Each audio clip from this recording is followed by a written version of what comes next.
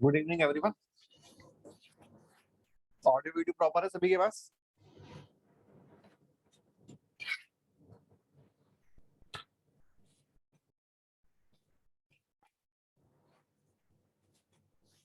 अभी ऑडियो आ रहा है मेरा? हाँ सर। लास्ट क्लास में हमने बाइनोमियल थ्योरम में जो डिस्कस किया है, बाइनोमियल थ्योरम में समेशन ऑफ सीरीज हमने डिस्कस किया था। और हमने जो बात की है उसमें फर्स्ट टाइप कि जो बाइनोमियल कोफिशिएंट है इनके मल्टीप्लिकेशन में कोई एक जीपी है। सेकंड टाइप कि बाइनोमियल कोफिशिएंट के मल्टीप्लिकेशन में एपी है। यहाँ तक कि हमने लास्ट क्लास में बात की थी। तो एक बार देखो लास्ट क्लास में जो पढ़ा है, कोई डाउट किसी को?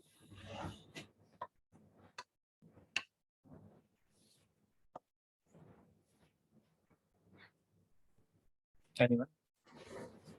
अच्छा, एक बार ये बताना, हम लोगों ने होमवर्क में अभी तक क्या क्या होमवर्क ऑलरेडी गिवन है और क्या डिस्कस कर लिया, अगर तुम्हारे पास नोटेड है तो?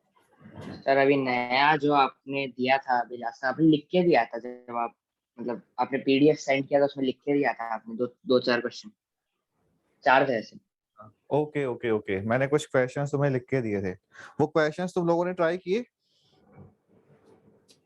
हाँ sir.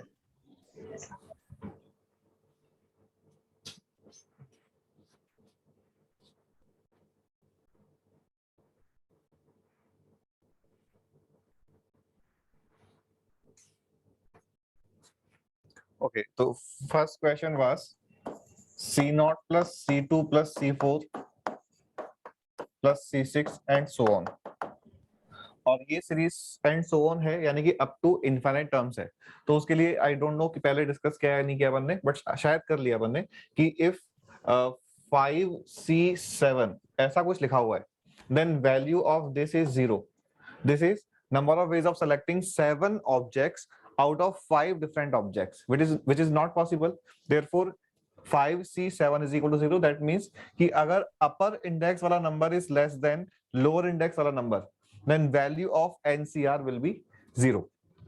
So in this case upper index तो n है, तो NC n के बाद में जो टर्म्स आएंगी उन सभी का वैल्यू 0 हो जाएगा। तो सीरीज इनफाइनाइट हो या फिर कंप्लीट सीरीज हो, दोनों ही सिचुएशंस यहाँ पे सेम है। और इस क्वेश्चन को सॉल्व करने का जो मेथड है वो क्या है कि in expansion of 1 plus x raised to power n we'll put x equal to 1 and x equal to -1, and then we will add these two series.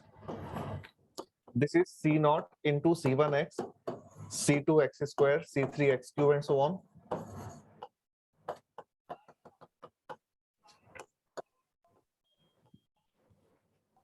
Put x equal to 1.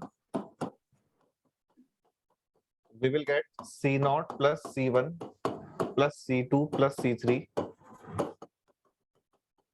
to Cn. और since x को 1 put किया यहाँ पे, तो ये number बन गया 1 plus 1 whole raised to power n, that is 2 raised to power n. Put x equal to -1.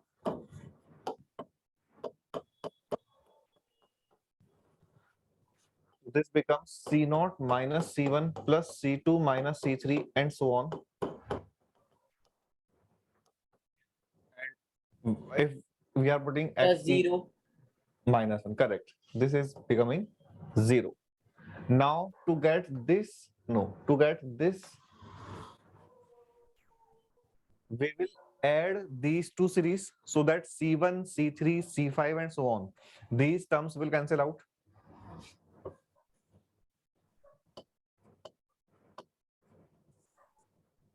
To add here, so we'll get 2 times C0 plus C2 plus C4 and so on, and right side में आ जाएगा 2 raised to power n plus 0. फिर 2 से divide किया तो हमें C0 plus C2 plus C4 and so on, ये वाला answer 2 raised to power n by 2, that is 2 raised to power n minus 1, ये मिल जाएगा।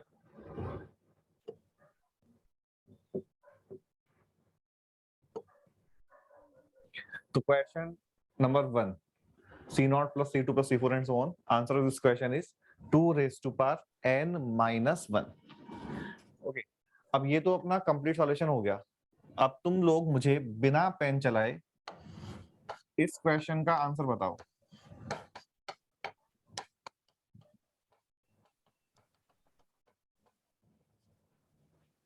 बोलो। Sir same. सर उसका भी 2 raise to n minus 1 2 raised to power n minus 1. 2 raised to power n minus 1 ये because उसका property है ना इस प्रॉपर्टी, हाँ हम इसको याद रख तो सकते इन हैं। दोनों को ऐड करने पे हमें original 2 raised to power n मिलना चाहिए, इसीलिए। ओके, ये भी एक्सप्लेनेशन करेक्ट है। अदरवाइज अगर हमें ओनली यही फाइंड करना होता और ये फाइंड नहीं करना होता फॉर एग्जांपल, तो अपन फिर इन दोनों इक्वेशंस का डिफरेंस लेते। हाँ। अभी हमने ऐड किया because C1 C3 and so on को कैंसिल करना था, तो ऐड करने पे कैंसिल हो रहे हैं।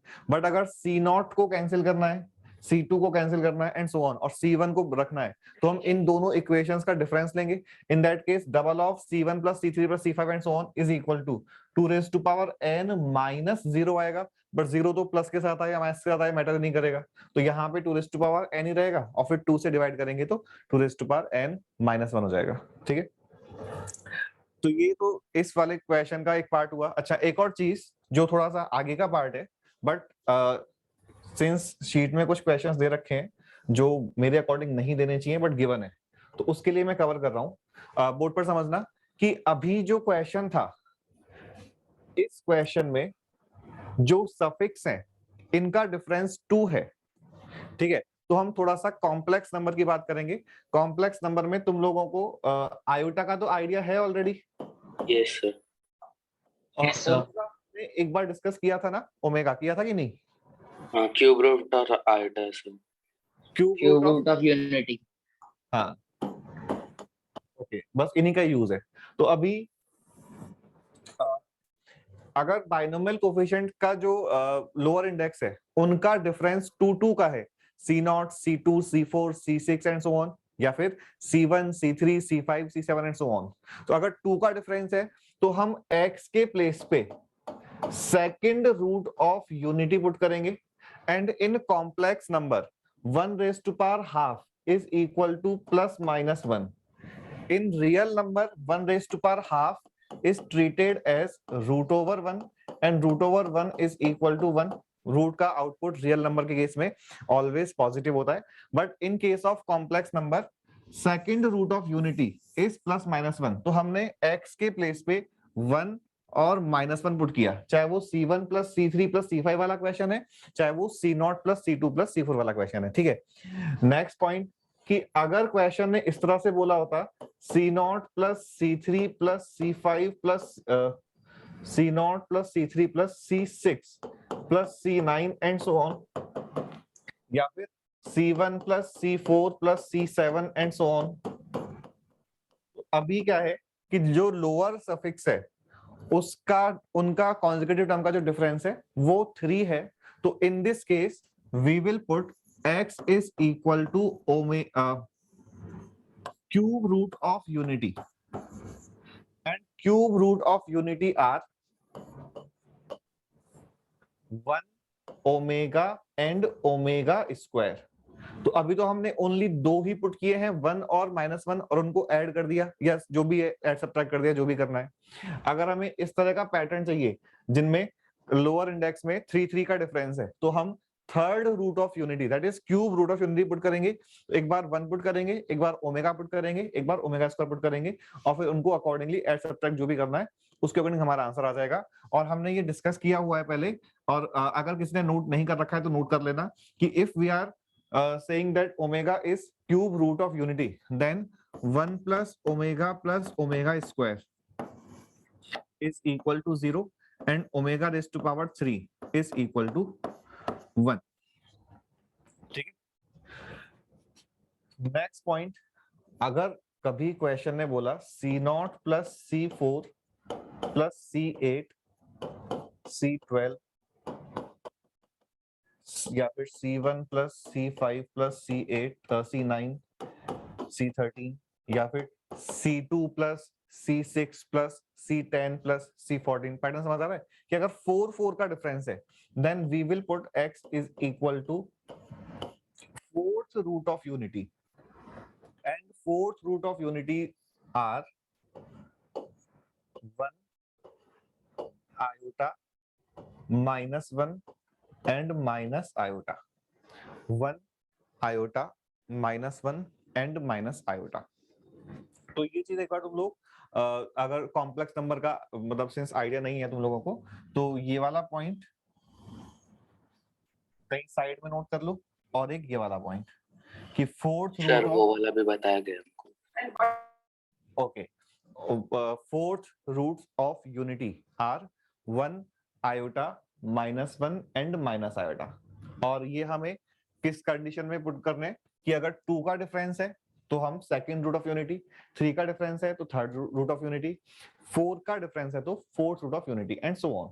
ठीक सर है, फिफ्थ रूट ऑफ यूनिटी भी एग्जिस्ट करता है क्या सर? बिल्कुल nth root of unity exist करता है, बट अपन अभी आगे डिटेल में नहीं जा रहे बिकॉज वो कॉम्प्लेक्स नंबर में कवर हो जाएगा। हमें तो अभी एक बार मेथड समझना है, तो हम मेथड में भी अभी आज जो क्वेश्चन करेंगे तो यहाँ तक ही रखेंगे। हमने सेकंड रूट ऑफ यूनिटी का तो कर ही लिया, थर्ड रूट ऑफ यूनिटी का भी कर लेंगे। सर क्यूब रूट ऑफ 1 को आई के टर्म्स में क्या होता है? नहीं, आयोटा के टर्म्स में नहीं होता है। Cube root of unity iota के टर्म्स में नहीं होता। तो अभी अपन देख लेंगे इसका प्रैक्टिकल एप्लीकेशन जो क्वेश्चन में करेंगे, पर एक बार जो हमने कल क्वेश्चंस किए थे लास्ट क्लास में जो दिया था, second question was C0 minus C1 5 and so on. ये नेक्स्ट स्लाइड कर दूं, नोट कर लिया सभी ने? हाँ सर। सर एक डाउट है। सर एक मेरे को डाउट है सर कि हाँ। यहाँ पर जो n है वो अगर ऑड होएगा तो नेगेटिव पॉजिटिव साइन पे फर्क नहीं पड़ेगा हमको, जो तो Cn के पास आ रहा है? इसीलिए हमने डॉट डॉट डॉट लगाने के पहले और Cn डॉट डॉट के बाद Cn के पहले साइन लिखा ही नहीं है, ये माइनस नहीं है, ये डॉट ही है।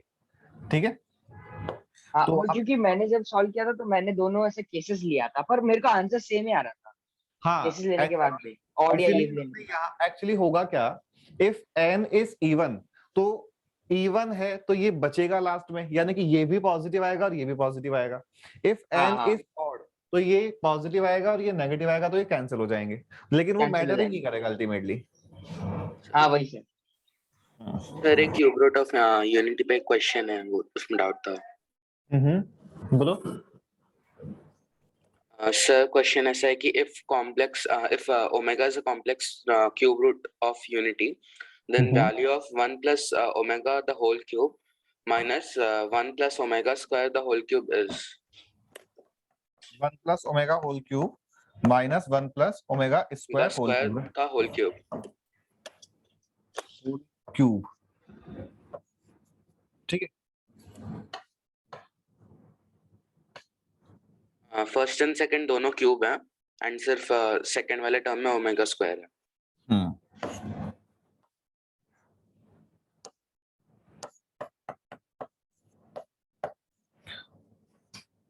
1 plus omega square is equal to 0. Therefore, 1 plus omega is equal to minus omega square. So this number is equal to minus omega square. Yes. 1 plus omega square is equal to minus omega. Minus sine common लिया तो ये बन जाएगा minus omega raise to power 6 plus omega raise to power 3। यहां तक की बात clear है? हाँ यहाँ तक क्लियर था। ओमेगा रेज टू पावर 3 का वैल्यू इज इक्वल टू 1। हाँ तो ओमेगा रेज टू पावर 6 का वैल्यू कितना? हाँ 1 ओनली। -2 आंसर आ जाएगा। सर पर हम लोग को ऑप्शन में ऐसा आंसर नहीं दिया है उसमें कुछ भी इससे रिलेटेड। नहीं तो मतलब आंसर नहीं दिए मींस -2 एज ए कोई ऑप्शन में नहीं लिखा हुआ है? नहीं। तो फिर क्या लिखा हुआ है? ऑप्शंस बताओ। 0 1 2 and -1।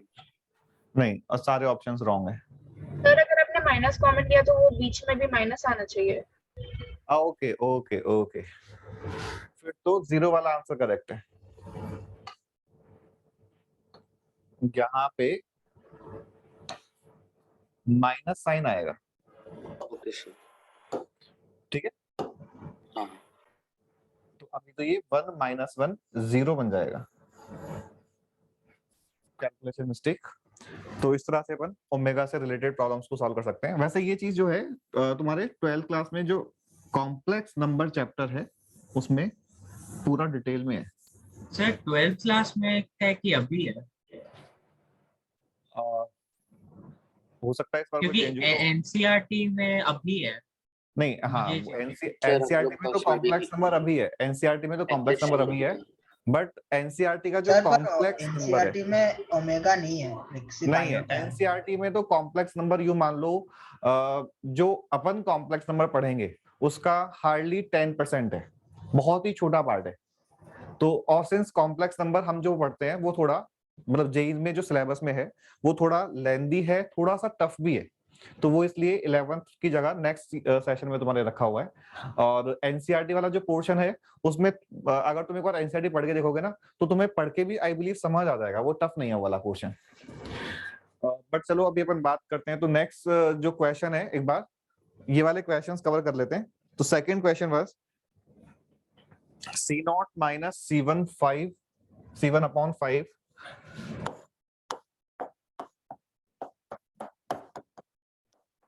plus C2 upon 5 square minus C3 upon 5 cube and so on। और लास्ट में जाके हमने Cn upon 5 raised to power n लिखा है। और अगेन लास्ट वाला टर्म पॉजिटिव होगा या नेगेटिव होगा हमने ये लिखा ही नहीं है, क्योंकि ये मैटर ही नहीं करता कभी, n के इवन ऑड होने के अकॉर्डिंग अपने आप आ जाएगा। तो किसी ने ये सॉल्व किया है तो बताओ आंसर क्या आ रहा है? Sir 4/5 4/5 whole to the power n। Correct है, 4/5 whole raised to power n, because जो ये 1 plus x raised to power n है इसके एक्सपेंशन में हमें सिंपली x के प्लेस पे -1/5 पुट करना है और ये पैटर्न बन जाता है।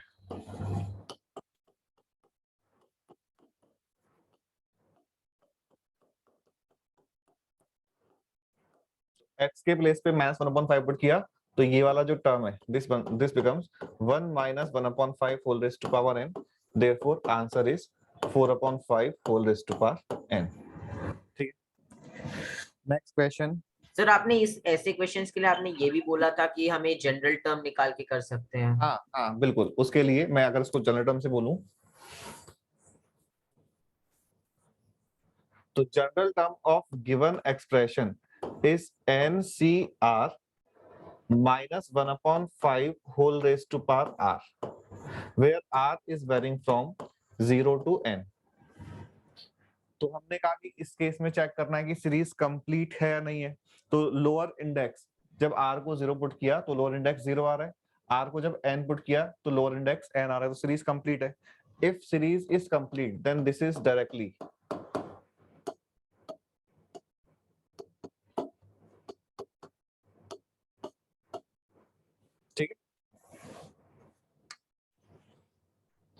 Question number 3 is.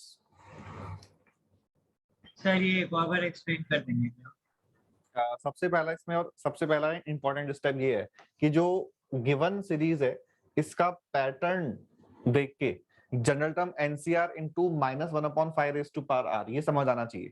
तो हमने कहा कि ऑलवेज हमें एनसीआर तो लिख ही देना, सबसे पहले एनसीआर लिख दिया, फिर r के अकॉर्डिंग डिसाइड किया कि अगर r1 है तो 1/5 आ रहा है, r2 है तो 1/5 स्क्वायर आ रहा है, r3 है तो 1/5 क्यूब आ रहा है। तो अगर r है तो 1/5 raised to power r आ जाएगा। लेकिन ये सिंस सीरीज में ऑल्टरनेट प्लस माइनस साइन भी है, तो जब r इज ऑड तो माइनस है, r इज इवन तो प्लस है, तो -1 raised to power r भी हमने इसी में इंक्लूड कर लिया। तो ये तो हमने कहा कि पैटर्न है। फिर देखा कि r की लिमिट्स कहां से कहां तक है। तो फर्स्ट टर्म में nc 0 लिखा हुआ है तो r जो है उसका लोअर लिमिट 0 हो जाएगा। लास्ट टर्म में nc n लिखा हुआ है तो r का अपर लिमिट n हो जाएगा। तो यहाँ पे this number and this number are 0 and n। उसके बाद हमने कहा कि यहाँ से यहाँ कैसे आए कि ये हमने समेशन ऑफ सीरीज में स्टार्टिंग में नोट कर ही लिया था। यस सर समझ। ठीक है, नहीं सर मतलब इसके पिछला वाला स्टेप जो आप बोल रहे थे वो मुझे अभी क्लियर है, अभी डाउट है कुछ? नहीं नहीं, इसका- इसके पिछला वाला स्टेप जो अभी आपने मिटा दिया था वो क्या था? वो ये था कि 1 प्लस मतलब ये जो अपन ने अभी इसका एक्सपेंशन समेशन के फॉर्म में लिखा है। यस, समझ गया।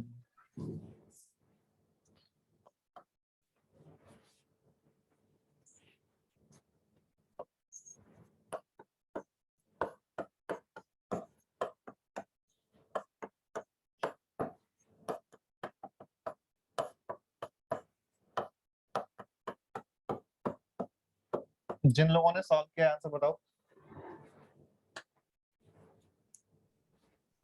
सर मेरे को 2 to the power n whole multiplied by n plus 1 आ रहा था।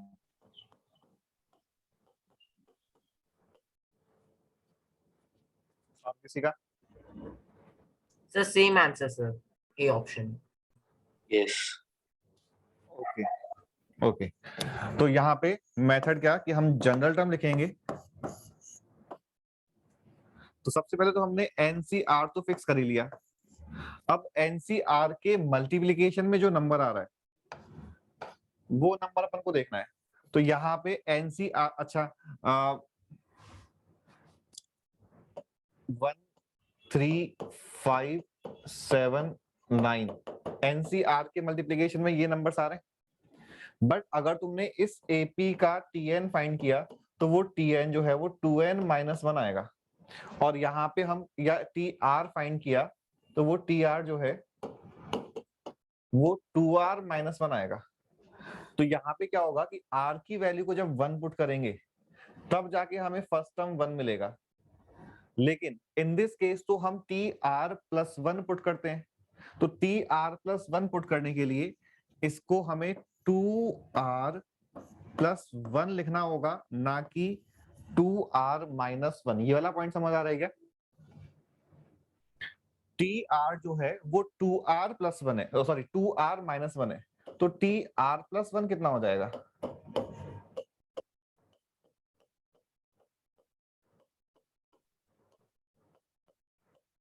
Two r plus 1. तो हम बिकॉज बाइनोमियल थ्योरम में टी आर नहीं लिखते हैं, टी आर प्लस 1 लिखते हैं। तो इसलिए हमने यहाँ पे एपी का टी आर प्लस 1 लिखा। और now r is varying from 0 to n। ठीक है, तो ये एक इंपॉर्टेंट पॉइंट था जो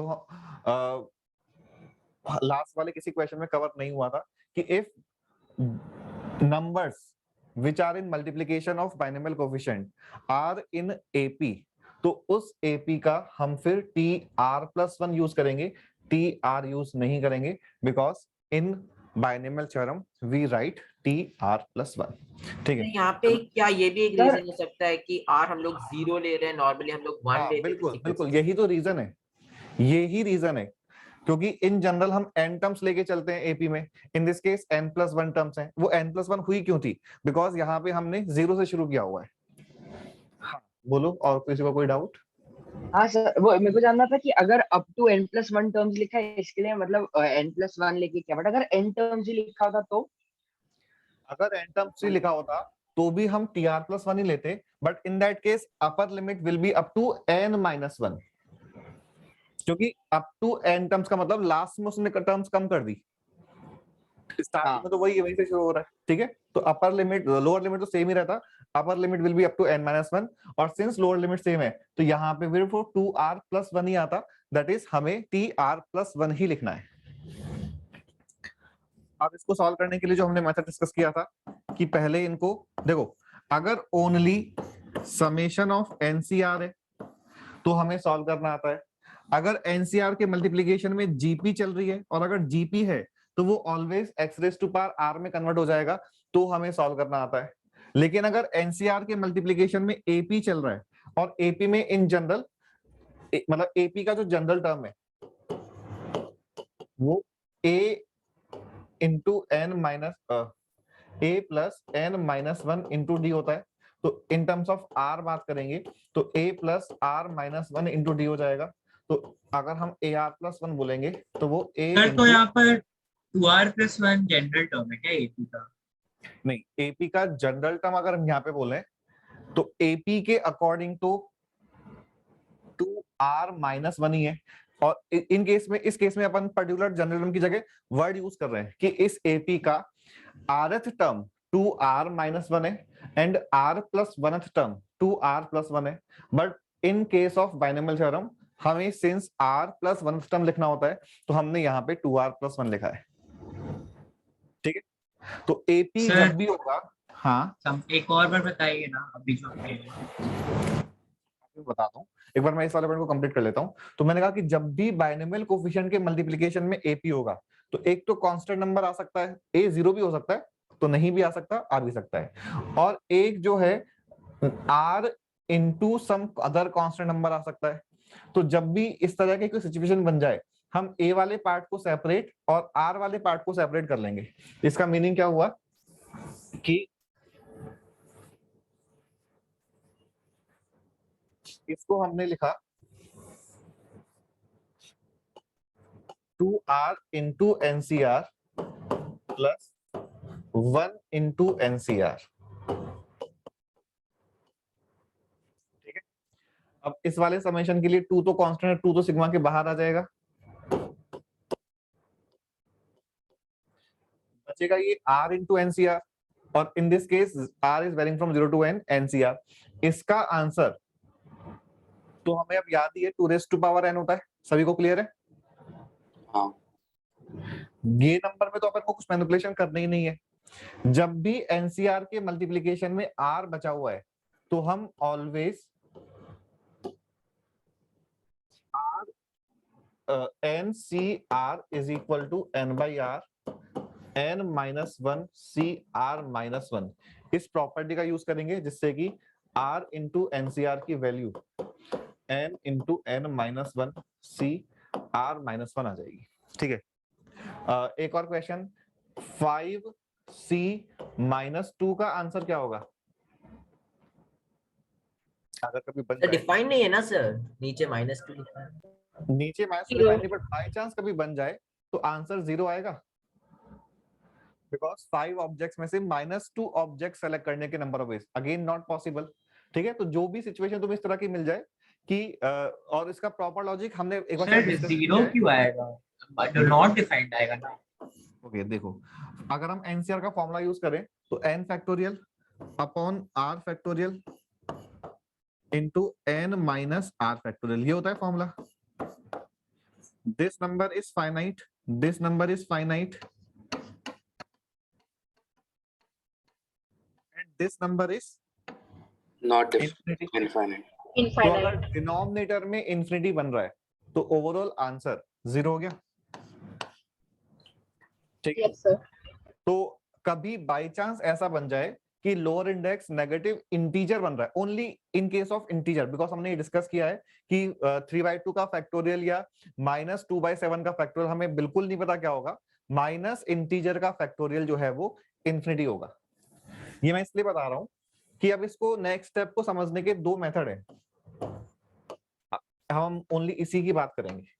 हमने कहा कि हमें अब r इंटू एनसीआर को सॉल्व करना है, r is varying from 0 to n। समझने का मेथड 1 कि अगर हम r को 0 पुट कर रहे हैं, तो ये टर्म तो ऑलरेडी 0 ही है, बिकॉज r मल्टीप्लीकेशन में है, तो r इक्वल टू 0 का कोई यूज ही नहीं है। इस वजह से हम इस चीज को समेशन में r into NCR r varying from 1 to n इस तरह से लिख सकते हैं। तो ये दोनों इक्वल हैं, ये समझ आ गया?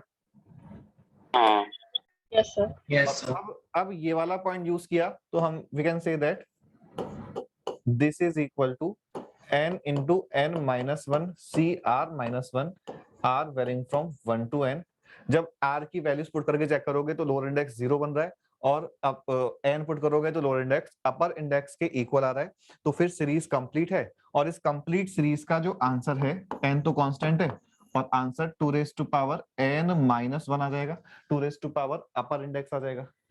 तो ये तो हो गया एक्सप्लेनेशन नंबर 1 जो हमने अभी डिस्कस किया।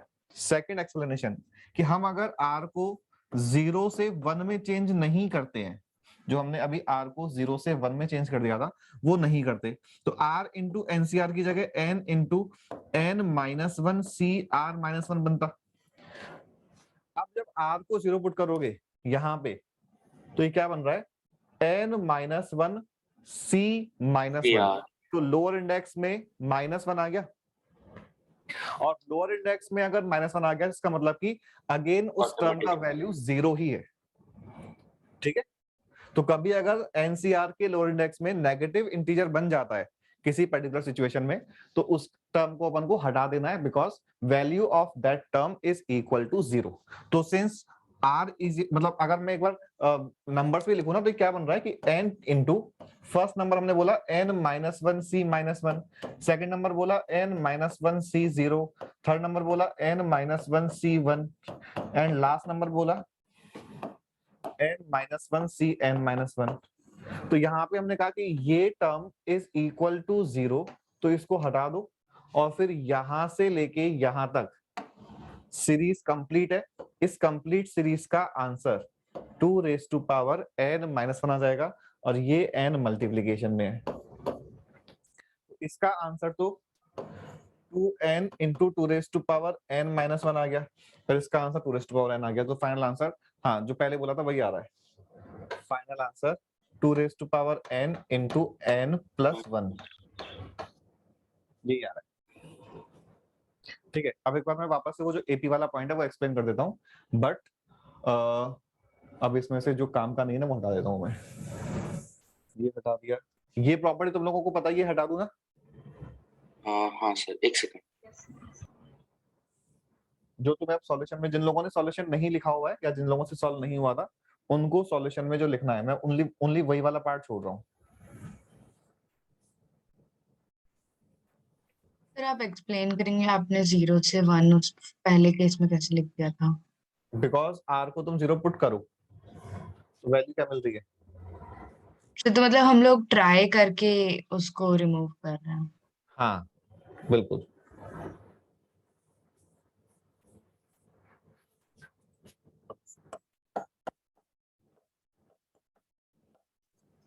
सर ये चैप्टर का मोस्ट इम्पोर्टेंट पार्ट है क्या? मेनली हाँ, जेई जो क्वेश्चन पूछता है वो समेशन ऑफ सीरीज पे बेस्ड ही पूछता है, जेई एडवांस्ड। अच्छा कुछ मतलब टफ लग रहा है क्या? नहीं सर, इसमें दिमाग यूज करना पड़ रहा है ना। हाँ, इसमें दिमाग तो यूज करना पड़ेगा।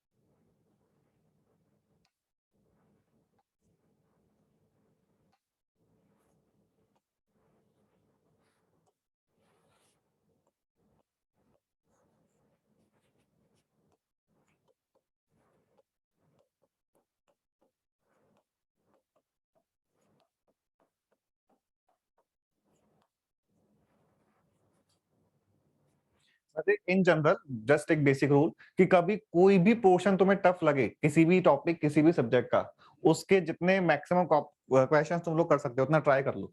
जितने ज्यादा क्वेश्चंस करोगे उतना वो कंसेप्ट क्लियर होता जाएगा। मतलब तुम लोगों को ऑलरेडी पता है ये चीज, बट जस्ट कि हमें अगर कभी कुछ टफ लग रहा है और जो इम्पोर्टेंट भी है, तो उसको गिव अप नहीं करना है, उसके ज्यादा क्वेश्चंस को ट्राई करना है। तो इन दिस केस इस तरह से कंप्लीट सॉल्यूशन तुम लोग नोट कर लो, और answer is n + 1 times 2n। Question number 4 क्या था मैं देख लेता हूँ। Fourth question is C0 - 2C2। Okay, ये तो इसी टाइप का हो गया, बट अभी यहाँ पे ऑल्टरनेट प्लस माइनस साइन भी है। ये नोट कर लिया, मैं नेक्स्ट स्लाइड कर दूं क्या?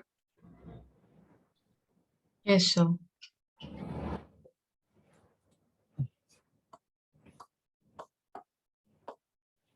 C0 - 2C2 या 2C1? Okay, C1 - 2C2, C1 - 2C2 plus 3C3 minus 4C4 up to n terms.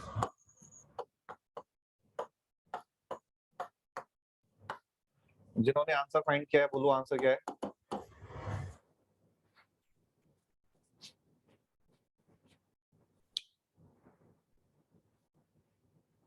Sir 0 मिल रहा है सर। सही, 0 कितने लोगों का आ रहा है और किसी का आ रहा है? 0, 0 करेक्ट आंसर है। ओके देखो इस केस में जनरल टर्म लिखेंगे तो सबसे पहले तो एनसीआर लिख लिया। अब एनसीआर के मल्टीप्लिकेशन में 1 के मल्टीप्लिकेशन में 1 है, 2 के मल्टीप्लिकेशन में 2 है, एनसी 3 के मल्टीप्लिकेशन में 3 है एंड सो ऑन। तो फिर आर भी समझ आ जाएगा कि मल्टीप्लिकेशन में आर चल रहा है, but alternate plus minus sign भी चल रहा है। तो -1 रेज टू पावर में आर लिखें या r -1 लिखें या r+1 लिखें, क्या लिखें? हाँ सर, उधर ही डाउट है मेरे को, मैंने r+1 लिखा अच्छा और ओके, फिर एक minute, let's say upon r लिखते हैं, तो चेक करो कि r लिखना करेक्ट है कि नहीं है। और कैसे चेक करेंगे इसको?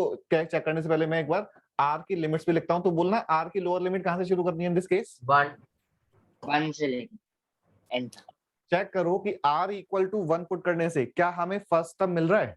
सर नेगेटिव में फर्स्ट टर्म मिल रहा है सर। नेगेटिव फर्स्ट टर्म मिल रहा है, यानी कि एक नेगेटिव साइन की प्रॉब्लम है। तो अब हम इसको r+1 कर दें या r-1 कर दें, दोनों ही एक्सेप्टेबल है।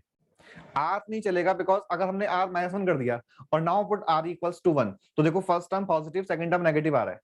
अगर हमने r+1 किया होता तो भी r को 1 पुट करने पे पॉजिटिव और r को 2 पुट करने पे नेगेटिव आ जाता। तो +1 भी पुट कर सकते हो एंड -1 भी पुट कर सकते हो, कुछ भी पुट कर सकते हो। अभी हमने -1 पुट कर दिया, ठीक है।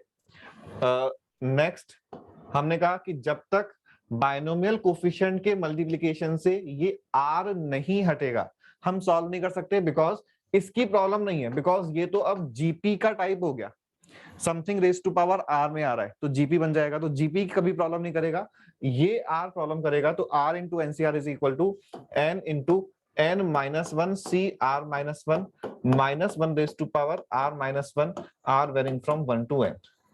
इसके बाद अपन को बाइनोमियल कोफिशिएंट के लोअर इंडेक्स और x की जो पावर है इन दोनों को सेम बनाना होता है। अभी यहाँ भी r-1 है, यहाँ भी r-1 है। मान लो हमने यहाँ पे r+1 किया होता, क्योंकि हमने कहा r+1 भी कर सकते हैं, तो फिर यहाँ पे भी r+1 ही आता। बट अभी यहाँ r-1 है, यहाँ r+1 है, तो हमें इन दोनों को सेम बनाना है। अगर इस नंबर को और इस नंबर को सेम बनाना है, तो इस नंबर को r-1 में कन्वर्ट करने के लिए, अगर मैं भी थोड़ी देर के लिए इसको x बोल रहा हूं, तो x की पावर को r-1 में कन्वर्ट करने के लिए x की 2 पावर्स कम करनी है, तो x² को हम कॉमन ले लेंगे, ठीक है।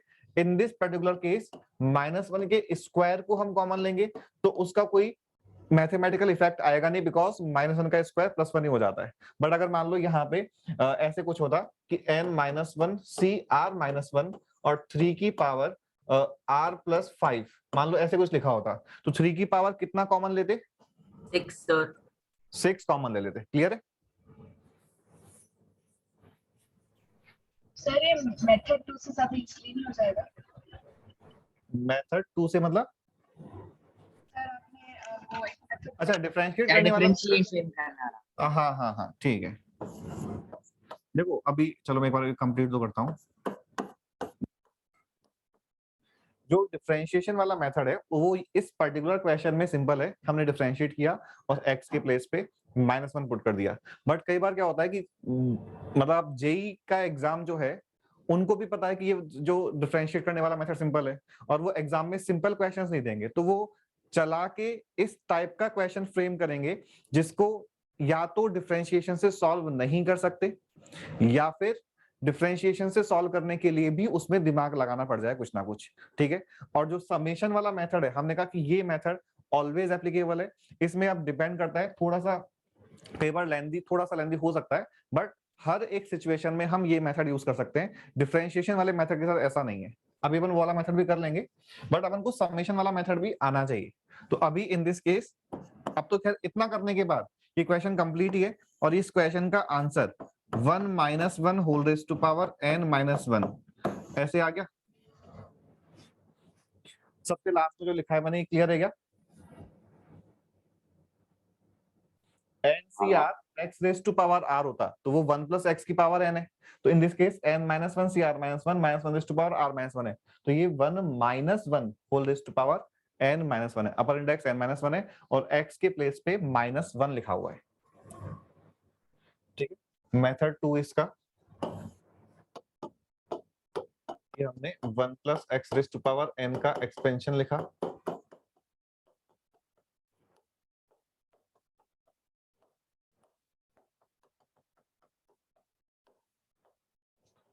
फिर डिफरेंशिएट किया।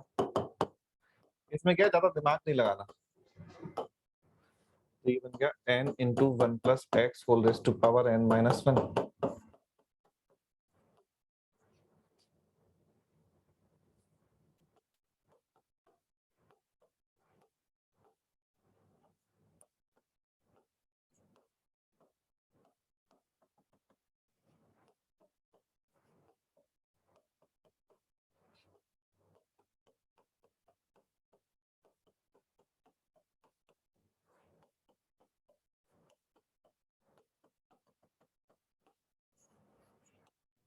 सर -2c2 प्लस 3c3 आएगा ना सर?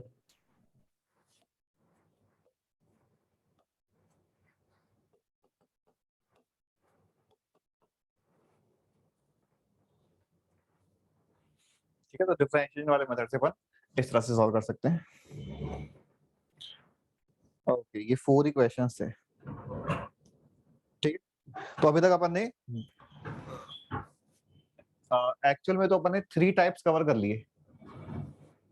फर्स्ट टाइप तो था नॉर्मल जीपी वाला मल्टीप्लिकेशन, सेकंड टाइप था एपी बाइनोमियल कोएफिशिएंट के मल्टीप्लिकेशन में एपी है, बट ये जो लास्ट वाला क्वेश्चन किया है इस देखो बाइनोमियल कोएफिशिएंट एनसीआर के मल्टीप्लिकेशन में एक जीपी लिखा हुआ है, सॉरी एजीपी लिखा हुआ है।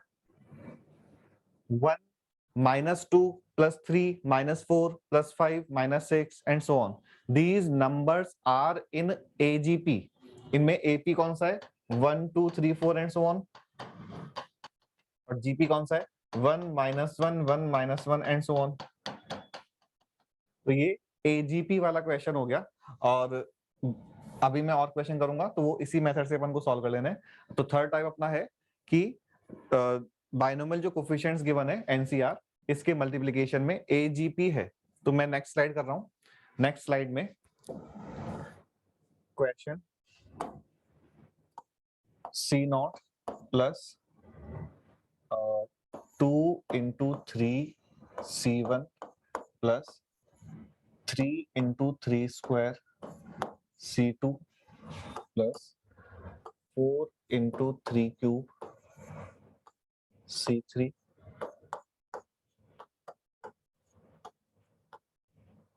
तो तुम लोग ट्राई करो।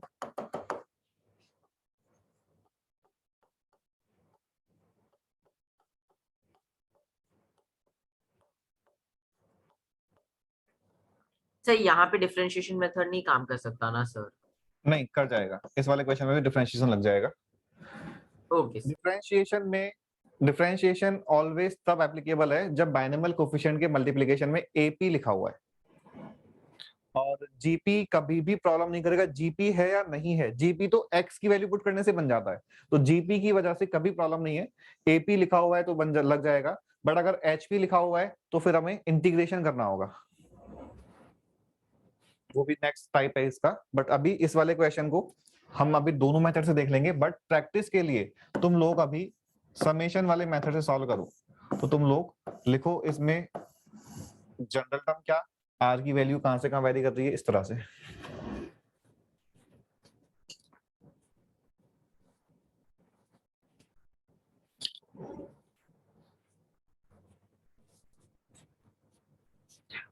एक पॉइंट बताना, तुम लोगों का जो सेकंड वाला ट्रैक चल रहा है उसकी मैथ्स की क्लास पर वीक कितनी होती है, 1 या 2?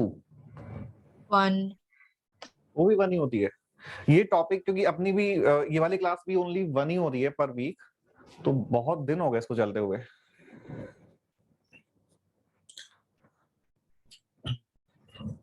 जनरल टर्म लिखा तुम लोगों ने? Yes. क्या लिखा बोलो? R+1 and 3 to the power R+1. 3 raised to power r. हाँ सर तो ये देखो, अगर हम समेशन से क्वेश्चन सॉल्व कर रहे हैं तो अगर तुमने ये वाला स्टेप प्रॉपर लिख लिया तो फिर इसके आगे की जो स्टेप्स है ना वो हर एक क्वेश्चन में ऑलमोस्ट सेम है। तो थोड़ा सा प्रैक्टिस करोगे तो समेशन वाला ज्यादा सिंपल लगेगा बजाय डिफरेंशिएशन के, लेकिन वो थोड़े से प्रैक्टिस की बात है। तो यहाँ पे हमने इसका जनरल टर्म लिखा। अब ऑलवेज हमें क्या ध्यान रखना है कि एनसीआर का जैसे लोअर इंडेक्स आर है, तो if lower index is r तो हम इसके मल्टीप्लीकेशन में अगर आर लिखा हुआ है उसको ही हटा सकते हैं, r+1 को या r-2 को नहीं हटा सकते। तो r को अलग ही करना पड़ेगा।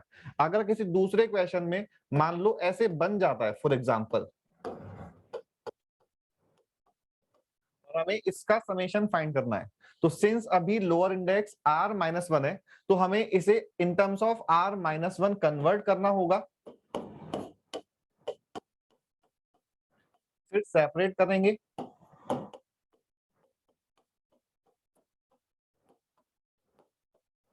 और अब NCR is equal to n/r times n-1 c r-1 property से इसको सिंप्लीफाई कर लेंगे। तो पॉइंट इज कि जो लोअर इंडेक्स में लिखा हुआ है वही अगर मल्टीप्लीकेशन में लिखा हुआ है तो उसको अपन हटा सकते हैं। तो in this case lower index में r है तो हमने इसको सेपरेट किया। तो सेपरेट क्यों किया ये भी अब क्लियर होगा। तो हमने कहा this is equal to NCR into r into 3r plus NCR into 1 into 3r। R into NCR, अब तो तुम्हें डायरेक्टली याद ही हो गया होगा कि R into NCR is equal to N into n-1 CR-1। और अभी मैं इसको एज इट इज छोड़ रहा हूं।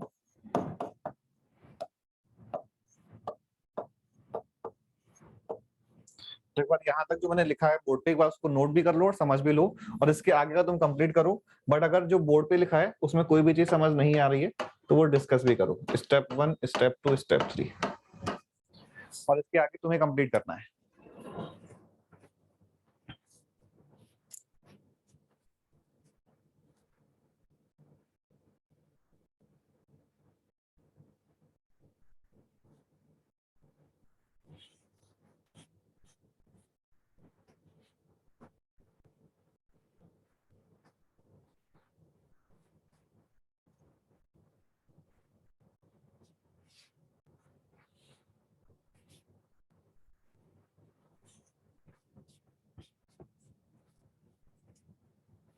तो वही वाली बात, चाहो तो तुम यहाँ पे r को 1 से शुरू कर सकते हो, और अगर 0 से करोगे तो फिर n-1 c-1 वाला जो टर्म बनेगा उसका वैल्यू 0 हो जाएगा।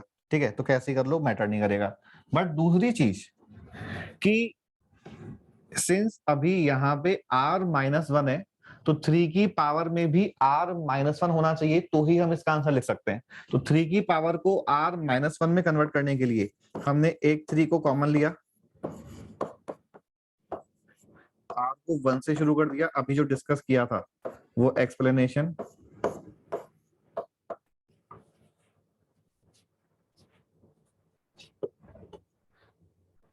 इसका आंसर तुम लोग अब डायरेक्टली लिख सकते हो। तो फाइनल आंसर बताओ क्या आ रहा है। अब तो बड़ा ही सिंपल सिचुएशन हो गई। फाइनल आंसर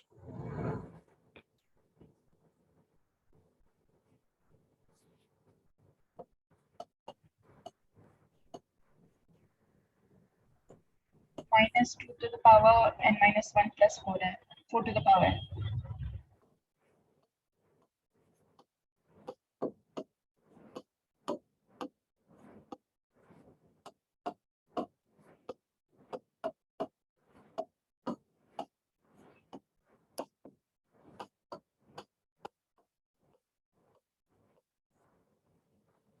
इन तीनों ऑप्शन में से कोई आ रहा है या फिर नन आ रहा है, फोर्थ ऑप्शन आ रहा है।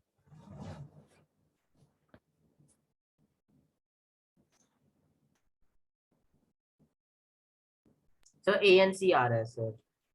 ANC तो डिफरेंट ऑप्शंस हैं। First one. अरे सारे ऑप्शन डिफरेंट है ये।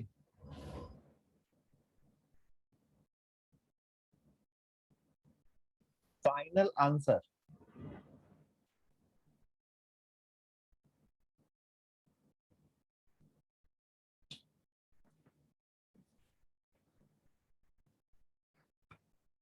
बोलो। 3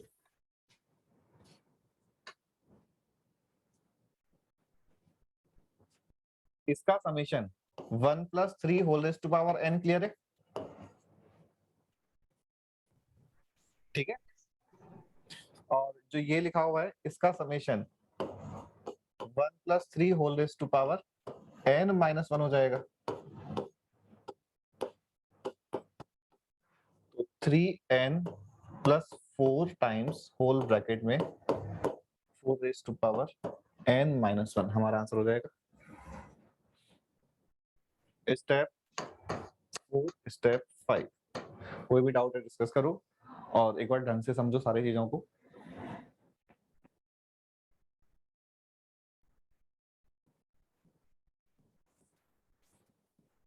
और अगर समझ आ गया तो एक इसी पैटर्न का क्वेश्चन और लिख रहा हूं मैं।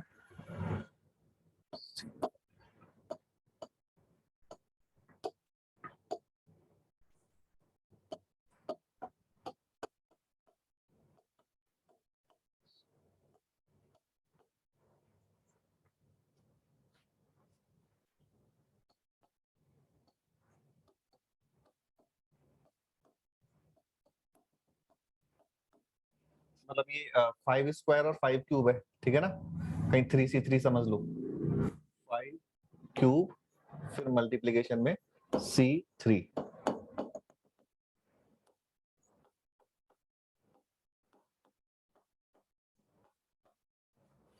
2n terms.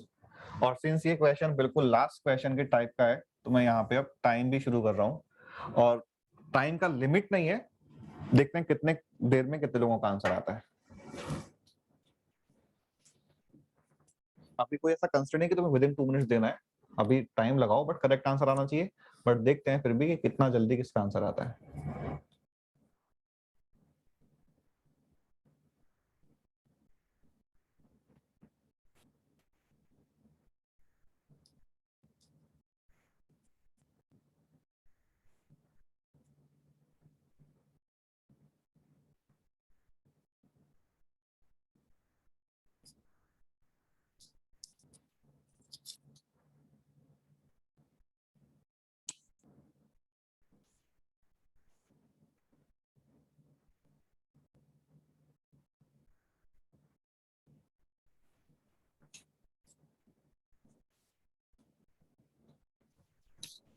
Sir 5n into 6 to the power n minus 1. एक बार वापस से बोलना। 5 n into 6 to the power n minus 1. Same sir. और ये विदिन 1 मिनट आंसर बोल दिया है।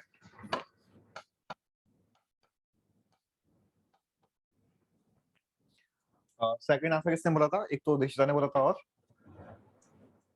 सर मुझे भी सेम आंसर आया सर। ओके, अभी 2 स्टूडेंट्स ने आंसर बोला है।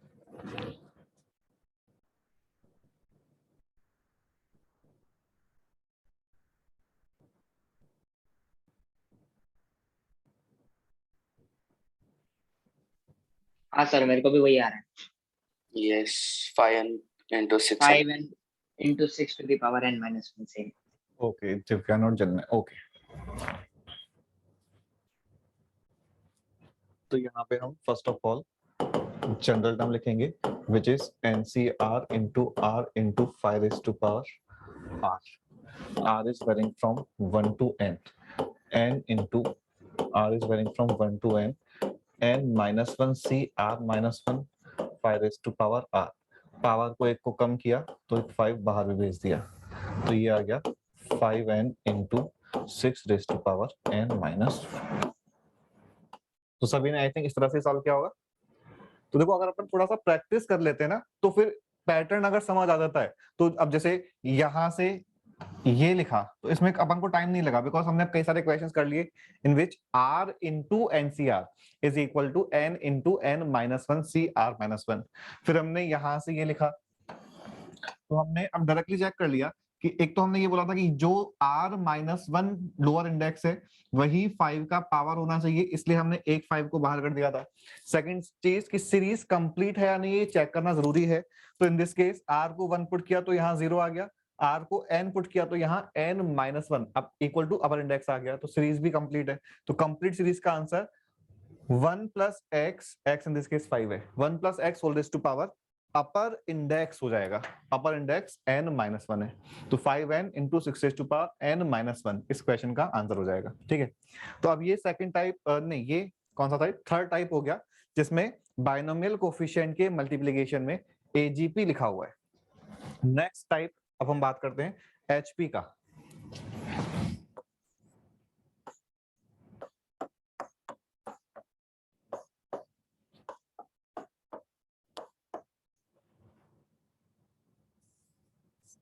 C0 C1 सर आपने C2 वो पिछले वाले क्वेश्चंस में डिफरेंशिएशन वाला मेथड नहीं बताया सर। ओके, एक बार मैं इस वाले का बता देता हूँ, ठीक है, उसका भी तुम लोग कर लेना, इसका मैं Yes, बता sir. देता हूँ।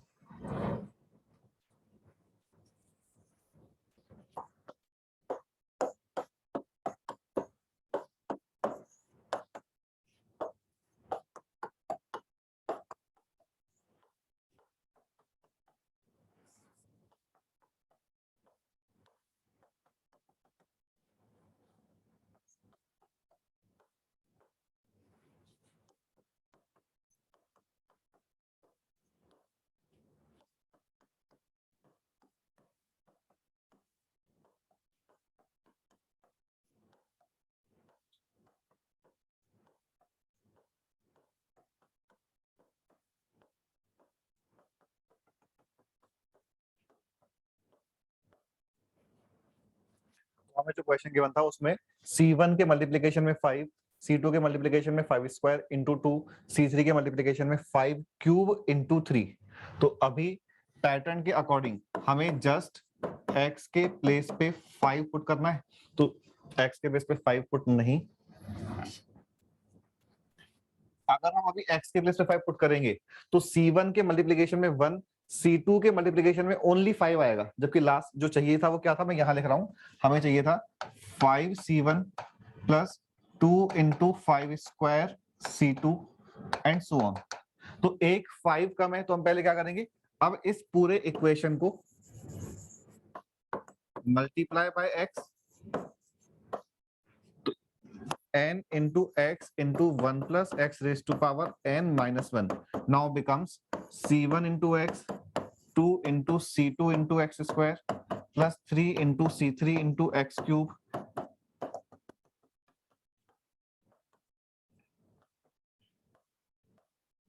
or now we will put x equal to 5.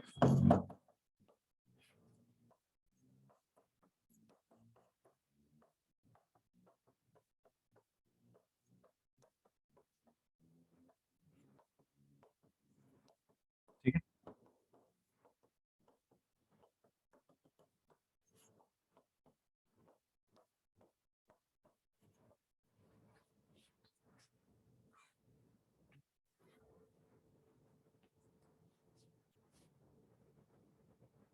तो ये मेथड एक बार देख लो सभी लोग।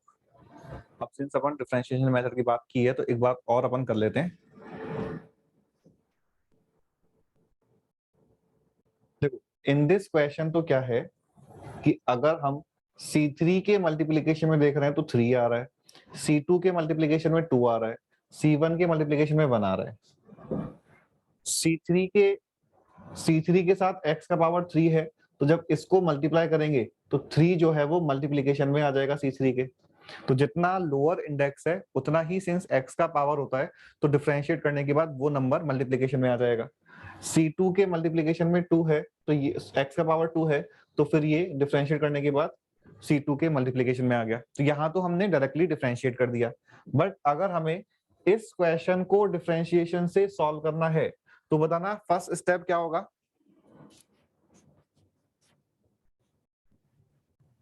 सर पहले शायद x से मल्टीप्लाई करेंगे। हाँ, यहाँ पे पहले x से मल्टीप्लाई करेंगे और फिर डिफरेंशिएट करेंगे। इस वाले क्वेश्चन में हमने पहले डिफरेंशिएट कर लिया उसके बाद x से मल्टीप्लाई किया, but in this question because अभी C2 के मल्टीप्लिकेशन में हमें 3 चाहिए तो एक नंबर ज्यादा चाहिए। C2 के साथ x का पावर 2 आता है तो अगर डायरेक्टली डिफरेंशिएट करेंगे तो फिर 2 ही मल्टीप्लिकेशन में आएगा, बट सिंस हमें 3 चाहिए तो हमें एक x को इंक्रीज करना है, तो फिर जो 1 plus x raise to power n का जो सीरीज है उसमें पहले हम x से मल्टीप्लाई करेंगे,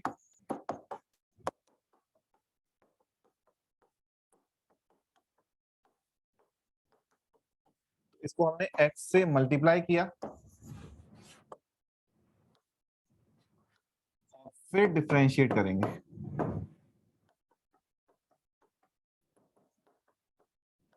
ठीक है, तो ये चीज भी अपन को डिफरेंशिएशन से पहले चेक कर लेनी है कि डायरेक्टली डिफरेंशिएट करना है या x के कोई पर्टिकुलर पावर को कभी मल्टीप्लाई करना पड़ सकता है तो कभी डिवाइड भी करना पड़ सकता है। तो x की कोई पर्टिकुलर पावर अपन को कम ज्यादा करनी है तो उसके अकॉर्डिंग हम वो मैनिपुलेशन करने के बाद और फिर डिफरेंशिएट करेंगे। ठीक है, now next is GP c not upon 1 plus c1 upon 2 plus c2 upon 3 plus c4 आप अपॉन, HP करा रहे हो ना सर अभी? हाँ HP c3 अपॉन 4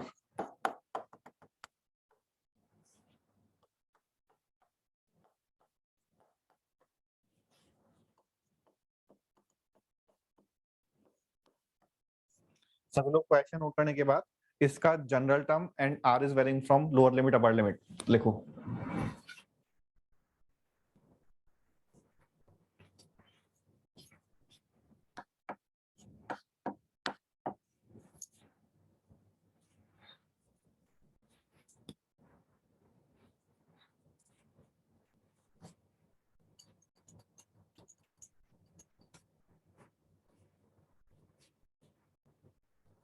लिखा?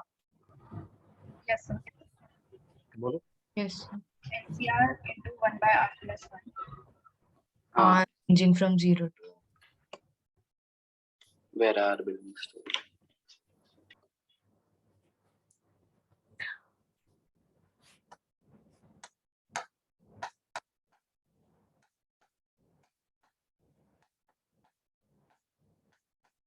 जब r NCR के मल्टीप्लिकेशन में था तो हमने ये वाला पॉइंट यूज किया था। जब r प्लस मतलब something in terms of r NCR के डिवीजन में है तो भी हम यही प्रॉपर्टी यूज करेंगे बट थोड़ा सा चेंज करके। इस प्रॉपर्टी की हेल्प से हम ये स्टेटमेंट लिख सकते हैं,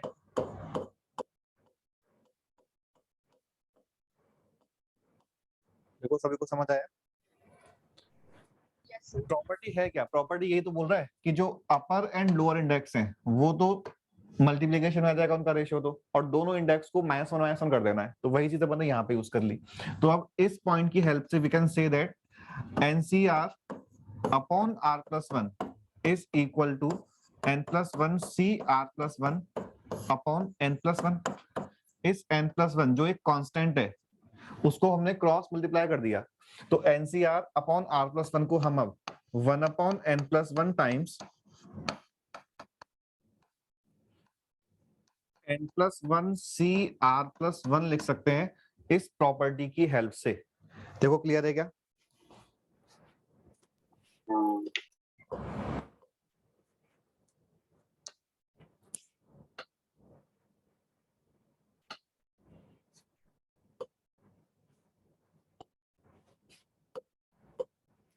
तो जब भी r+1 या r की टर्म्स में कुछ और डिनोमिनेटर में है तो हम ये वाला पॉइंट यूज करेंगे।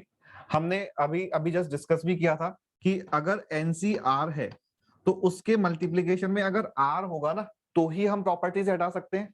तो वैसे ही NCR के डिनोमिनेटर में अगर r+1 होगा तो हम प्रॉपर्टी से हटा सकते हैं। यहाँ पे डिनोमिनेटर की बात कर रहे हैं तो r+1 होगा तो हम इस प्रॉपर्टी से हटा सकते हैं।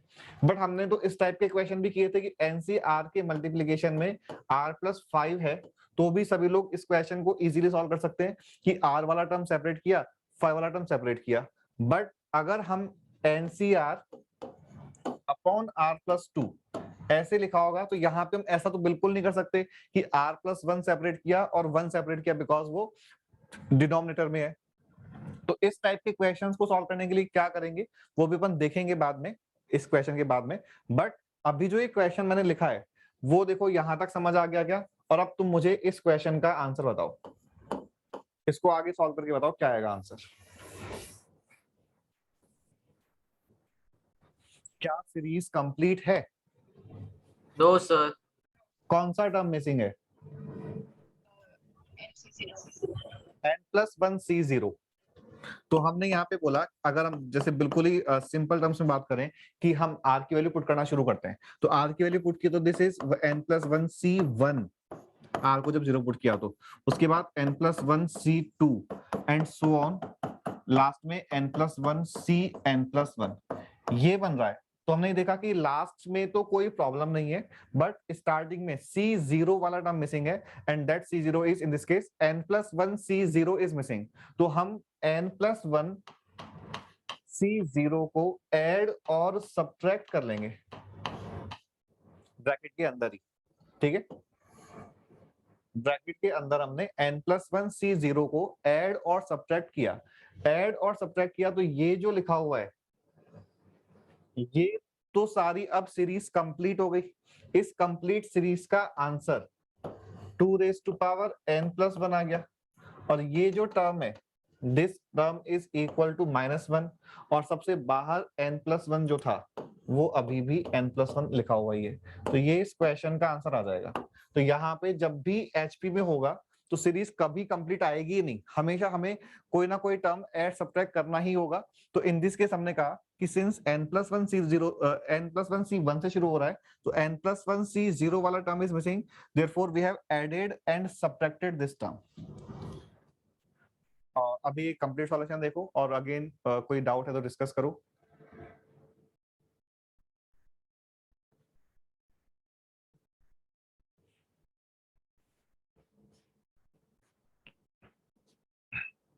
तो मैं इसको एक बार थोड़ा सा प्रॉपर वे में लिख देता हूँ, ये सारा हटा के। वैसे तो प्रॉपर ही है, बस ये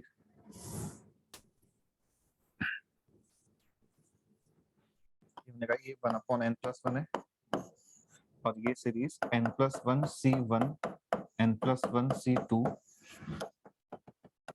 n+1 cn+1 यहाँ तक है। फिर हमने बोला कि हमने n+1 c0 को ऐड और सब्ट्रैक्ट कर दिया, और अब ये हमारा आंसर आ गया। ठीक है, ये तो गया इसका मेथड 1। मेथड 2, सिंस यहाँ पे नंबर्स डिनोमिनेटर में है तो हमें इंटीग्रेट करना होगा। नंबर्स मल्टीप्लिकेशन में है यानी कि एपी चल रहा है तो डिफरेंशिएट, और अगर एचपी चल रहा है तो इंटीग्रेट। तो इंटीग्रेट करने वाला जो मेथड है तो नेक्स्ट स्लाइड में मैं नोट करता हूँ।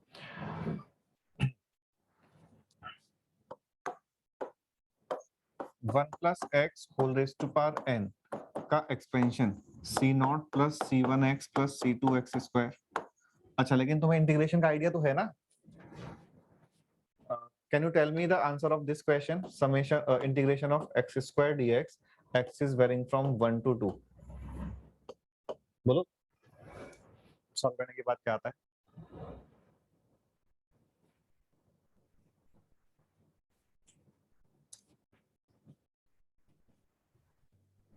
Seven by three 7/3। और किसी का आंसर आया 7/3? सर 7/3। 7/3। तो इसका मतलब कि तुम्हें लिमिट्स का यूज का पता है। ओके, तो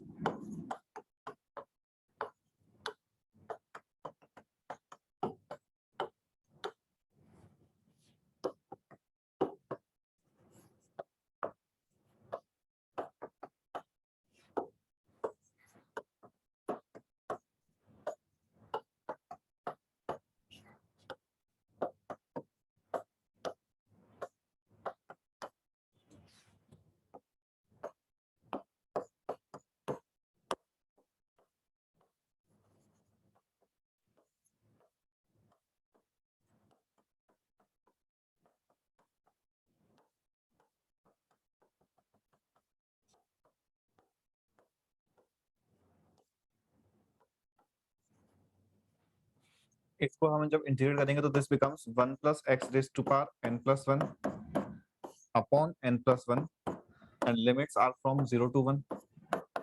राइट साइड में इंटीग्रेशन किया तो this becomes c naught into x c1 into x square by 2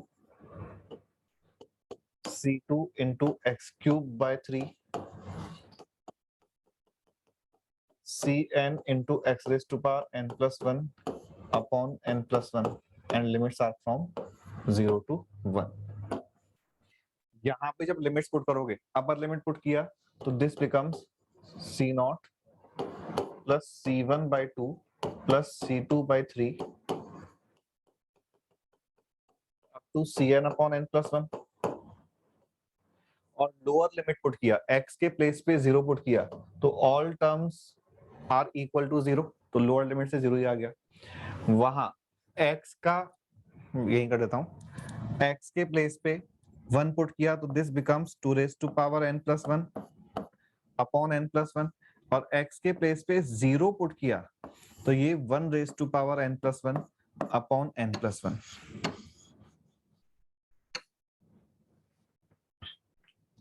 तो ये इसका इंटीग्रेशन का मेथड है और इसमें step 1, step 2, step 3, step 4. Method जो है ये भी सिंपल ही लगा होगा, लेकिन ऑलवेज इंटीग्रेशन 0 to 1 ही करना है क्या? नहीं, अगेन डिपेंड करेगा कि बायनोमियल कोफिशिएंट के डिनोमिनेटर और मल्टीप्लिकेशन में क्या नंबर्स लिखे हुए हैं, उनके अकॉर्डिंग ये नंबर्स हम डिसाइड करेंगे. ठीक है, फॉर एग्जांपल लेट्स से ऐसे होता question,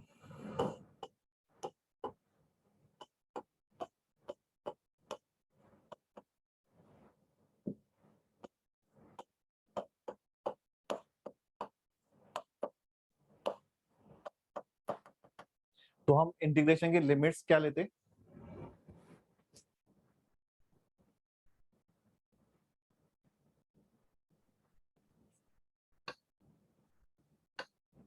sir 0 to 3. 0 to 3, because ये जो x आ रहा है इसी को तो अपन को 3 बनाना है. हाँ. x नहीं चाहिए तो x की जगह 1 रख दिया जिसे x नहीं है. बट अगर हमें 3 रिक्वायर्ड है जीपी में तो x के प्लेस पे हम 3 रखेंगे तो लिमिट्स 0 to 3 हो जाएंगी. तो लोअर लिमिट तो अभी भी 0 ही है और upper limit in this case 3 हो जाएगी. ठीक है, तो अभी क्या हमेशा 0 होगा? हाँ,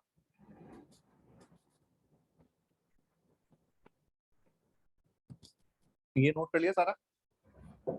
अब जैसे हाँ सर. अभी मैंने जो क्वेश्चन लिखा था वो था GHP या HGP, मतलब कि हार्मोनिक ज्योमेट्रिक प्रोग्रेशन.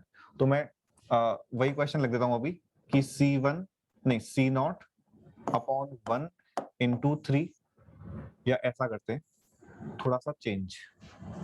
अब इंटू 3 यहाँ पे नहीं है, C1 upon 2 into 3, C2 upon 3 into 3 square. तो तुम्हें अब ये वाला क्वेश्चन सॉल्व करना है, बट पहले इस क्वेश्चन को समेशन वाले मेथड से ही सॉल्व करो, बाद में इंटीग्रेशन से कर लेना, बट समेशन से करो अभी.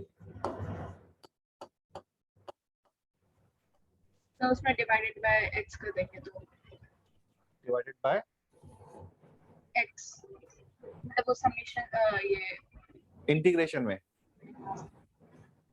हाँ, तो एक बार कर लो सॉल्व. पर अभी मैंने कहा कि फर्स्ट मेथड समेशन से ही करना है जिससे कि समेशन वाले की प्रैक्टिस हो. एक मिनट, यहाँ पे 3 है.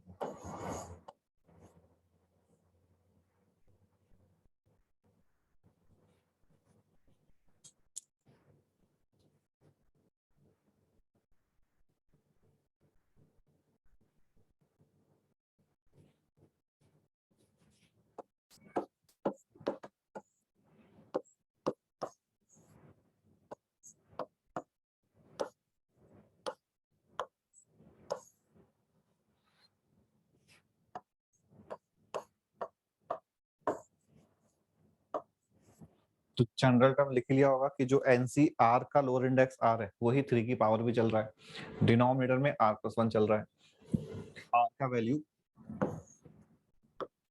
0 to n, NCR upon R+1 1 upon n plus 1 times n plus 1 C R plus 1.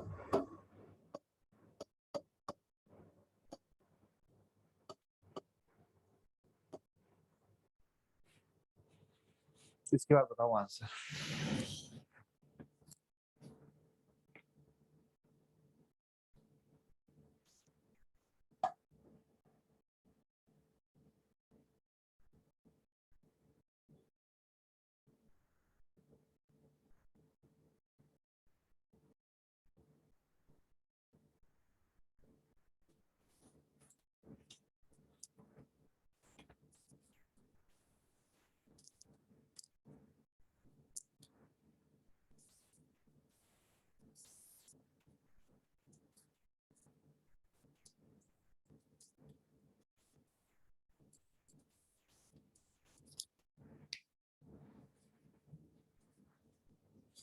किसने सॉल्व किया? इसके बाद का स्टेप क्या होता है कि हमने लोअर इंडेक्स और एक्स का पावर सेम बनाना है। अगर सेम नहीं है तो, अभी सेम नहीं है तो सेम बनाने के लिए 3 से मल्टीप्लाई डिवाइड कर लेंगे। तो डिवीजन का 3 तो बाहर कर दिया और मल्टीप्लीकेशन का जो 3 है वो 3 की पावर में चला गया।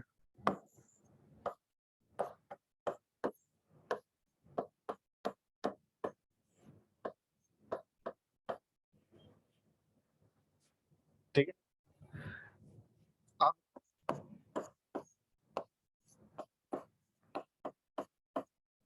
चेक किया तो तो यहाँ पे n वापस हमें n plus 1 से 0 ऐड सब्ट्रैक्ट करना है। हाँ बिल्कुल, n plus 1 C1 3 raised to power 1, n plus 1 C2 3 raised to power 2,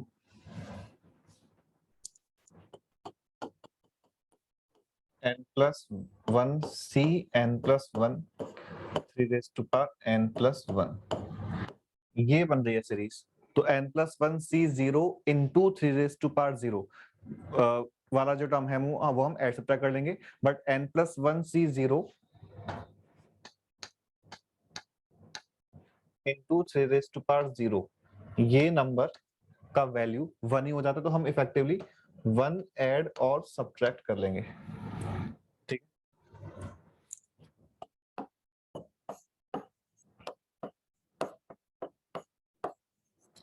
final answer is now 4 raised to power n plus 1 minus 1 और इसके मल्टीप्लीकेशन में 1/3 n plus 1 लिखाई है।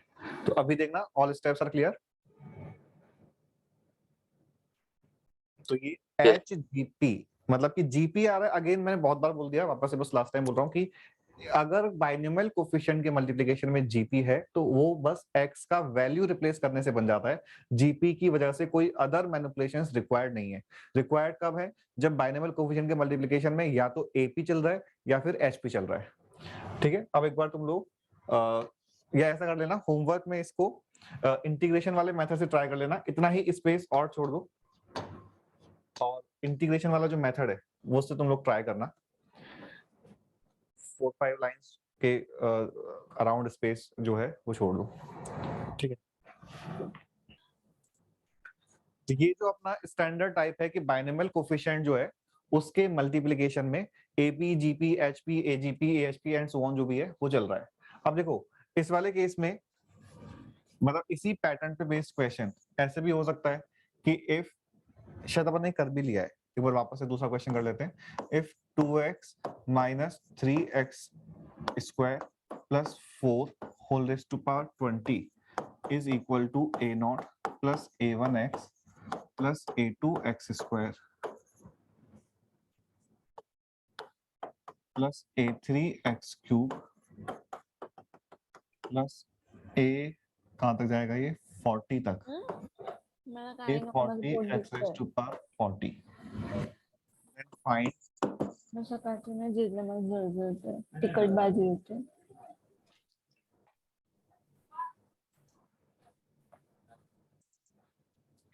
then find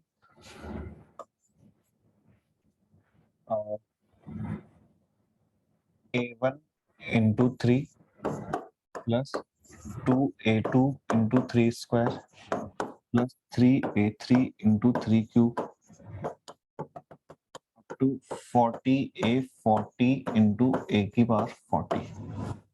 अगर इस टाइप का क्वेश्चन है तो हमें इसे डिफरेंशिएशन वाले मेथड से ही सॉल्व करना है। इसमें हम समेशन यूज नहीं कर सकते because NCR A0 A1 A2 and so on, हमें ये नंबर्स नहीं पता।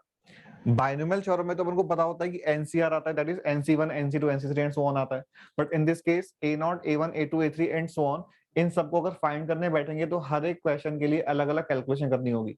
तो इस वाले क्वेश्चन को हमें डिफरेंशिएशन से करना है। तो तुम लोग अभी इस क्वेश्चन को डिफरेंशिएशन से ट्राई करो।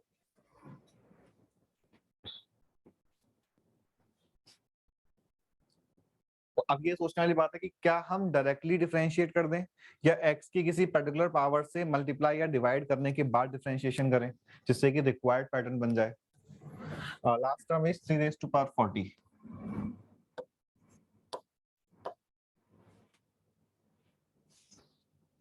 तो बताओ कोई x की किसी पावर से मल्टीप्लाई डिवाइड करना है या डायरेक्टली कर लें? पहले डिफरेंशिएट करेंगे। सर x से मल्टीप्लाई कर, यही तो डिसाइड करना है कि पहले x से मल्टीप्लाई करें या पहले डिफरेंशिएट करें। क्या पहले डिफरेंशिएट करेंगे सर, A0 हाँ, को गायब पहले कराना है। बिल्कुल ठीक है, पहले डिफरेंशिएट करेंगे बिकॉज डिफरेंशिएशन से जो x का पावर है वो मल्टीप्लिकेशन में आ जाता है। तो यहाँ पे x का power in this case 2 power 2 के ही मल्टीप्लिकेशन में चाहिए, 3 पावर 3 के ही मल्टीप्लिकेशन में चाहिए। तो हम पहले डिफरेंशिएट करेंगे। तो हमने इसको डिफरेंशिएट किया।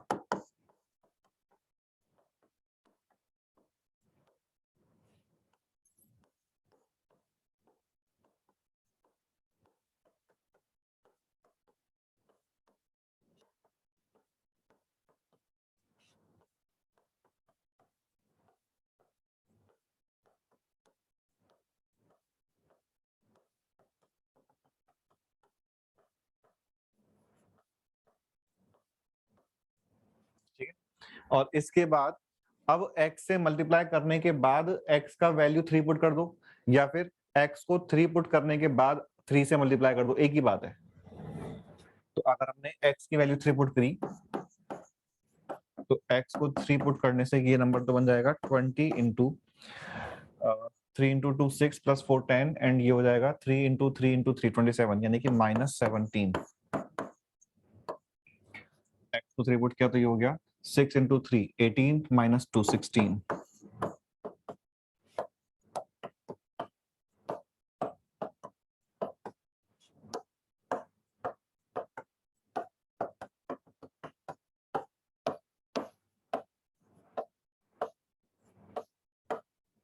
ठीक है, और फिर एक और बार अपन को 3 से मल्टीप्लाई करना पड़ेगा। तो इस पूरे के पूरे लेफ्ट हैंड साइड और राइट हैंड साइड को जब मल्टीप्लाई बाय 3 किया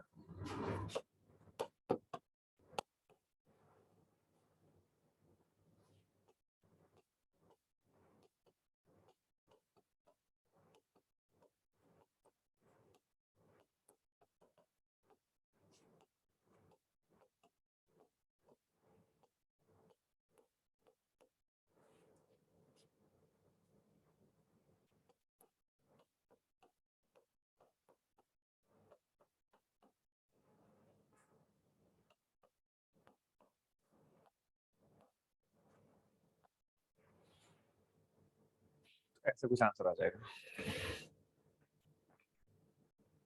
ठीक है,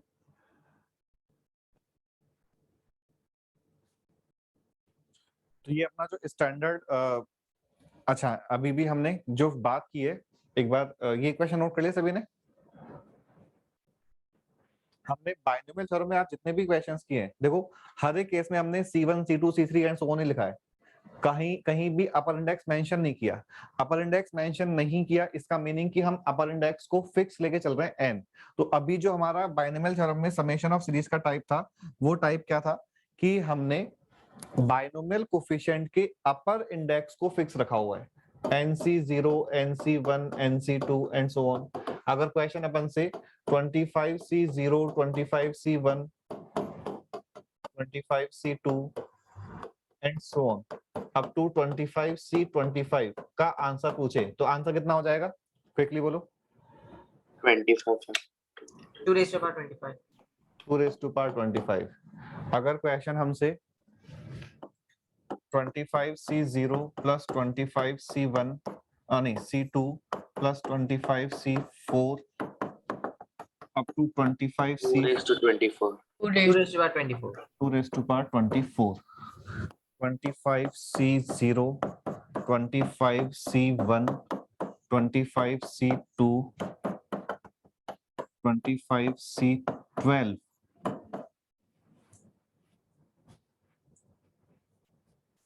2 raised to power 23. Yes, I guess. No. 24.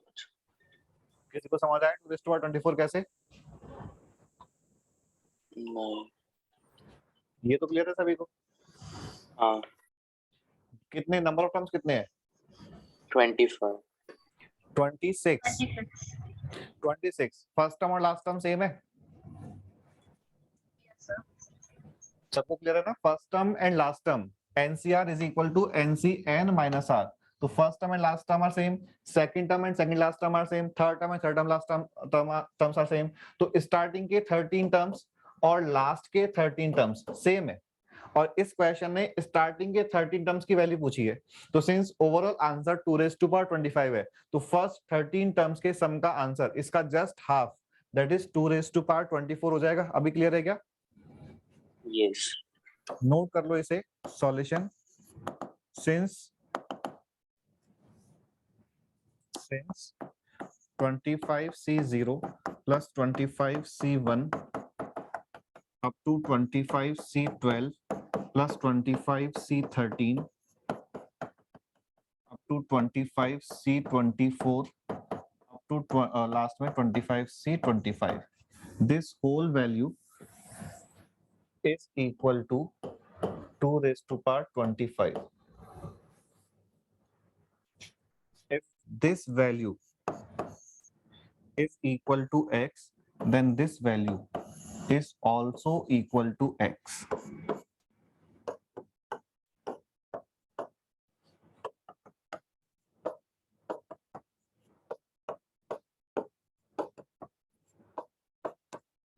और ये तभी क्वेश्चन बन पाया जब अपर इंडेक्स ऑड था, बिकॉज अपर इंडेक्स 24 हो जाता तो फिर नंबर ऑफ टर्म्स जो है, चलो मैं एक बार उसका भी एक क्वेश्चन लिख देता हूं, बट एक बार देखो ये जो अपर इंडेक्स ऑड है तो उस केस में नंबर ऑफ टर्म्स इवन है और इस सिचुएशन में आंसर जस्ट हाफ हो गया.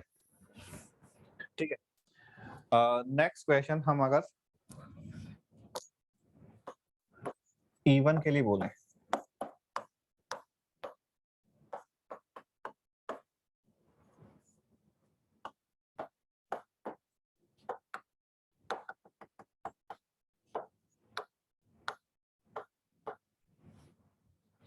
इसका आंसर, तो इसका आंसर फाइंड करने के लिए हम बोलेंगे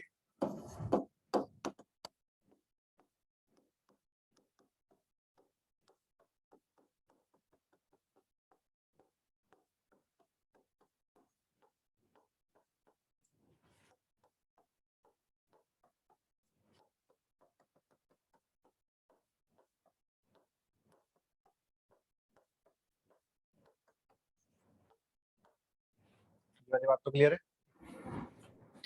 तो in this case total number of terms जो है वो अब 25 है.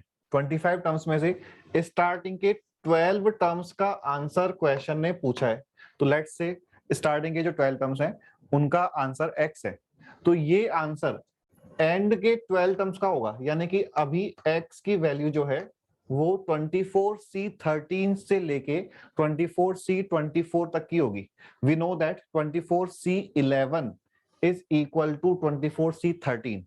तो ये 24C12 बचा रहेगा. तो we'll say that x plus 24C12 plus x is equal to 2 raised to power 24.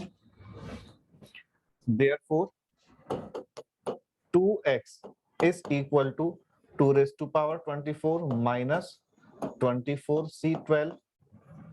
Therefore, x is equal to 2 raised to power 24 minus 24C12 upon 2। तो सेकंड सिचुएशन में आंसर देखो क्लियर है क्या? बस 1 मिनट और लूंगा मैं, तो एक बार देखना यहां तक की बात समझ आ गई।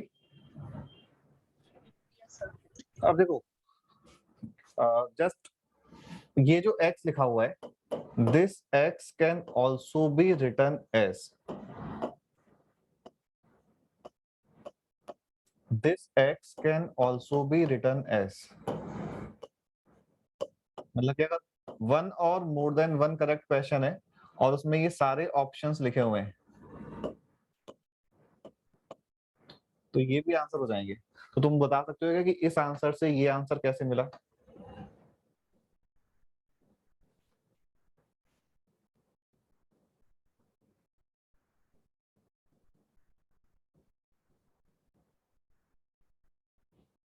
ओके, बट ये तो बता सकते हो ना, इसमें तो कोई डाउट नहीं है किसी को कि ये हाँ। दोनों तो नंबर सर सेम उसमें है? तो बदल दिया सर।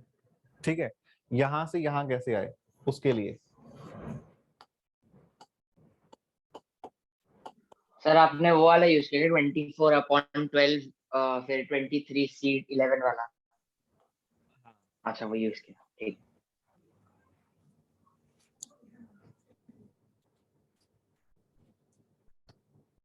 समझ आ गया? तो यहाँ पे ये NCR is equal to NYR times N-1CR-1, ये 2 टाइम्स 23C11 बन रहा है। तो ये इसको हमने 2 टाइम्स 23C11 से रिप्लेस किया और सिंस 2 से डिवाइड करना ही है तो वो 2 से 2 कैंसिल हो गया। ठीक है, तो इसका हिंट जो है वो ये है। तो आज की क्लास अपनी यहाँ तक ही है। होमवर्क में भी शीट देख के ग्रुप पे भेजता हूँ तुम लोगों को, है ना? तो नेक्स्ट क्लास में इसके आगे अपन कंटिन्यू करेंगे, बट मेनली जो मेन जो टाइप है, अभी एक और टाइप बचेगा जिसमें अपर इंडेक्स ही वेरी कर रहा होगा, बट अभी हमने जो क्वेश्चन किए हैं कि अपर इंडेक्स इज कांस्टेंट, वो अपना कंप्लीट है। ठीक है,